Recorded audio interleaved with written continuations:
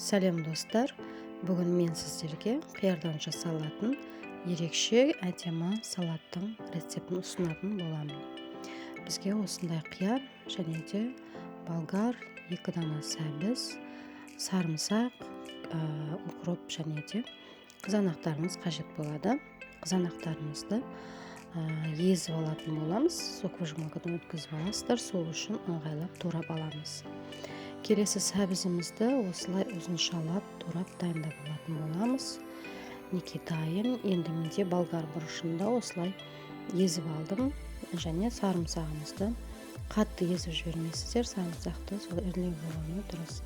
Ал мінекей мынау қызанақтан суымыз дайын. Оны бірден қайнататын ыдыстарыңызға құйып алып, отқа қоя берсеңіздер болады. Енді сол арада қиярымызды турап шығатын боламыз. Көлемі мінекей қатты жұқалап жібермей, біркелкетіп турап аласыздар. Егер қиярларыңыз үлкендеу болатын болса, ортасынан бір бөлсеңіздер болады.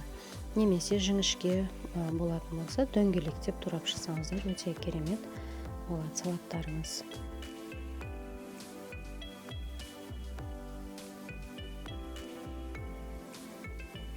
Келесі менде осындай укроп пен петрушканы қолдандым.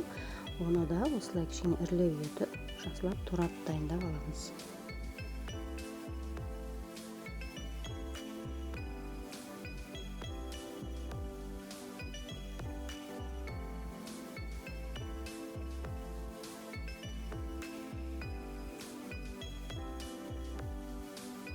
Мінекей қызанағымыз қайнап жатыр. Оны жақсылап араластырып жібереміз. Бетіне көпіршіктер шыққан кезде оны алудың қажеті жоқ. Енді қайнаған соң осы болгар бұрышымызды салып, араластырып бірге қайнататын боламыз.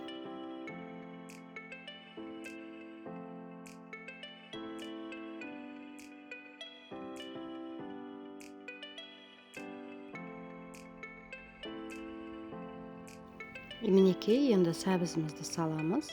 Сәбізімізді 15 минуттай жақсылап қайнатып аламыз. Достар, қазақша контенттің дамуына өз үлестеріңізді қосып, менің арнама тіркеліп жатқандарыңызға алғысымды білдіремін. Және де әлі де тіркелмеген болсаңыздар, менің каналыма тіркеліп қоюды ұмытпаңыздар. Мінекей жақсылап қайнап шыққаннан соң 1,5 ас қасықта тұзымызды саламыз. Және де менде 150 грамм сұйық майды құямыз, және оны да жақсылап араластырамыз. Мінекей қатты осылай қайнап жатқан кезде қиярымызды салып, араластырып, жақсылап қайнататын боламыз. Мінекей өте керемет, есі де керемет болып шығады.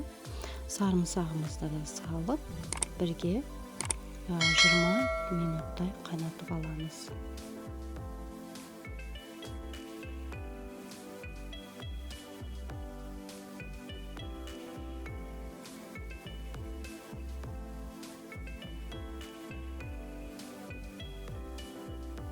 Он минут қайнағаннан соң осындай укроптарымызды салып, бірге қайнатып жіберсеңіздер болады. Жақсылап араластырамыз.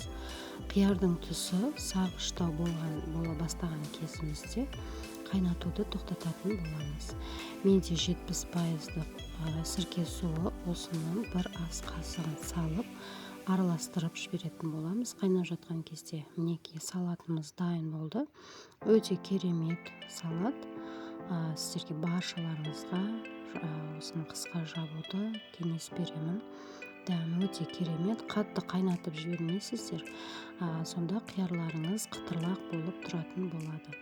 Банкамызға құйып, жақсылап аузын ауа кірмейтіндей етіп бекітіп қоямыз.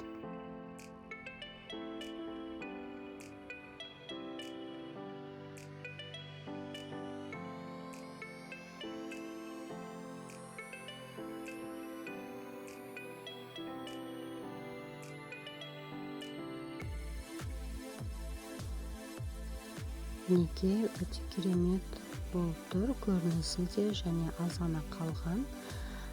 Дәмі де өте керемет болып шықты. Мен бұны жылда жабамын. Барлығыңызға жасап көруге кеңес беремін. қою тамақтармен қыстың күні ұсынсаңыздар өте керемет үйлесетін болады.